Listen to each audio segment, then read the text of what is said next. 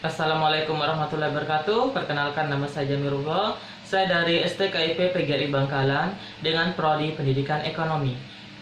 Saya mengikuti program pertukaran mahasiswa dengan salah satu mata kuliah yaitu Akuntansi Koperasi di IKOPIN Institut Manajemen Koperasi Indonesia dengan dosen pengampu Ibu Endang Wahyuningsi, Sarjana Ekonomi MTI. Selanjutnya akan disampaikan oleh rekan saya.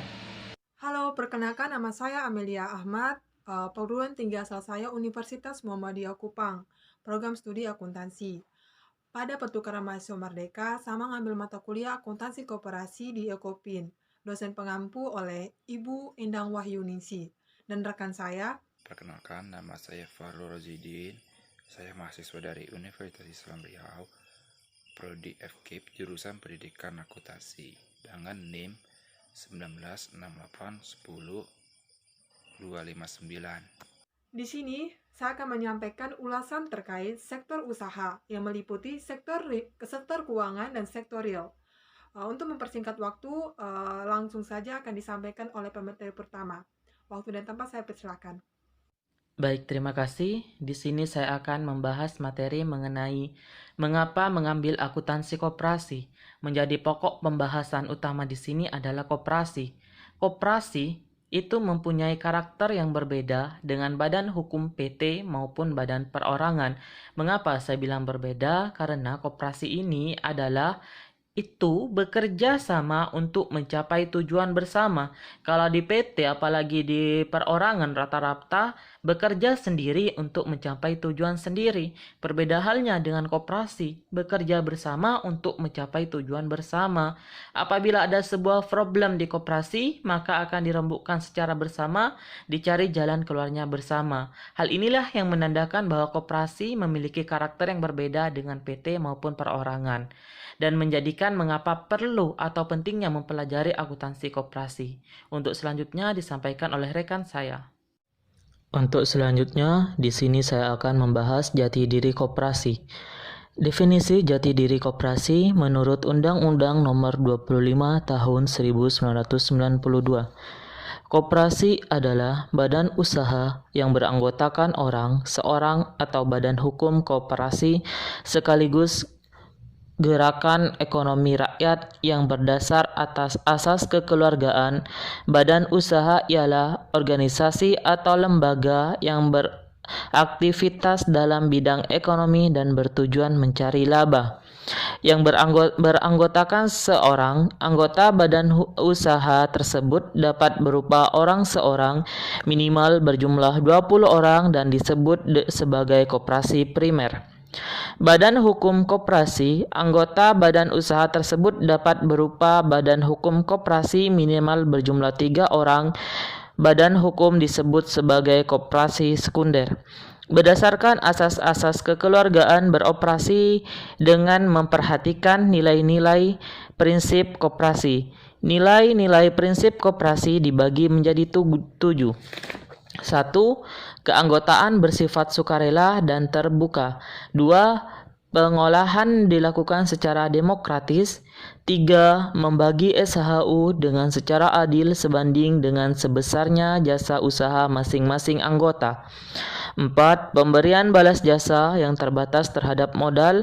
5. Kemandirian. 6. Pendidikan perkoperasian. 7. Kerjasama antar koperasi. Nilai-nilai koperasi dibagi menjadi 6. 1. Menolong diri sendiri dan solidaritas. 2. Demokrasi. 3. Peran modal yang terbatas. 4. Ekonomi. 5. Kebebasan. 6. Keadilan. Demikian presentasi dari saya. Untuk selanjutnya akan disampaikan oleh pemateri yang lain. Slide berikutnya terkait sektor usaha. Sektor usaha terdiri dari atas 2, yaitu sektor keuangan dan sektor real. Yang pertama, sektor keuangan. Sektor keuangan meliputi lembaga keuangan bank dan lembaga keuangan non-bank. Lembaga keuangan bank sendiri terdiri dari bank umum dan bank perkreditan rakyat. Lembaga keuangan non-bank terdiri dari koperasi simpan pinjam atau unit usaha simpan pinjam, pegadaian, leasing atau perusahaan pembiayaan, dan yang terakhir financial technology. Lembaga keuangan bank. Lembaga yang berusaha di bidang keuangan dan aktivitas meliputi yang pertama, penghimpunan dana dari masyarakat umum, tabungan dan deposito atau simpanan berjangka.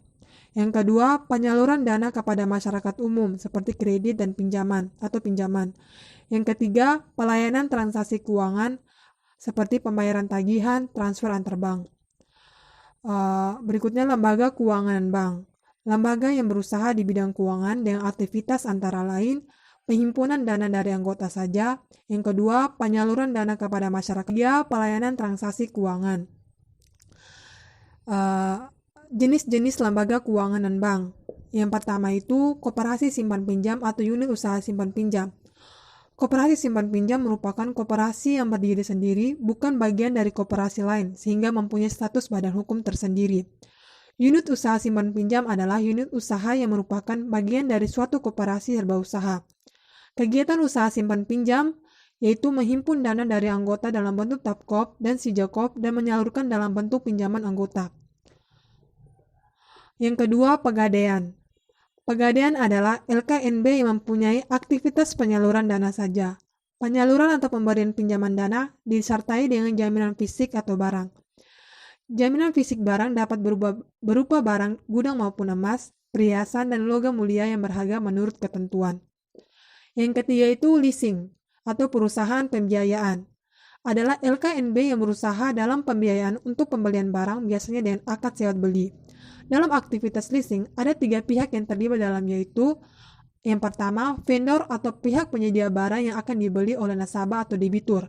Yang kedua, debitur, yaitu pihak yang membeli barang dengan fasilitas dari perusahaan leasing atau pembiayaan. Yang ketiga, perusahaan pembiayaan. Berikutnya, financial technology atau fintech adalah LKNB yang beraktivitas usaha dalam jasa keuangan, tetapi tidak menghimpun dana, berbasis teknologi dengan usaha jasa transaksi keuangan dan pinjaman dana. Contoh jasa transaksi pembayaran seperti GoPay, ShopeePay, OVO, Dana, Dompetku, Flip, dan lain-lain. Jasa transaksi keuangan seperti pembayaran tagihan, transfer, belanja, dan lain-lain. Yang kedua, pinjaman online. Jenis-jenis usaha sektor real. Yang pertama itu usaha jasa. Usaha jasa ini memproduksi jasa bersamaan dengan konsumsi jasa oleh konsumen. Yang kedua, usaha perdagangan, yaitu kegiatan utama usaha ini adalah pembelian dan penjualan. Yang ketiga itu usaha manufaktur. Kegiatan usaha ini adalah mengubah bahan baku menjadi produk. A. Manufaktur pengolahan atau proses. B. Manufaktur perakitan atau assembling. Kegiatan usaha koperasi dalam sektor keuangan dan sektor real yang pertama itu sektor keuangan. Sektor keuangan meliputi usaha simpan pinjam. Yang kedua itu sektor real meliputi dari jasa yaitu fotokopi dan percetakan, transportasi, bengkel, salon, rental kendaraan, dan lain-lain. Dari perdagangan seperti waserda, toko, dan niaga. Dari manufaktur seperti susu, pengolahan susu seperti keju, yogurt, tahu, kefir, dan sebagainya. Demikian presentasi dari kelompok kami, kurang lebihnya kami mohon maaf. Wassalamualaikum warahmatullahi wabarakatuh. Terima kasih.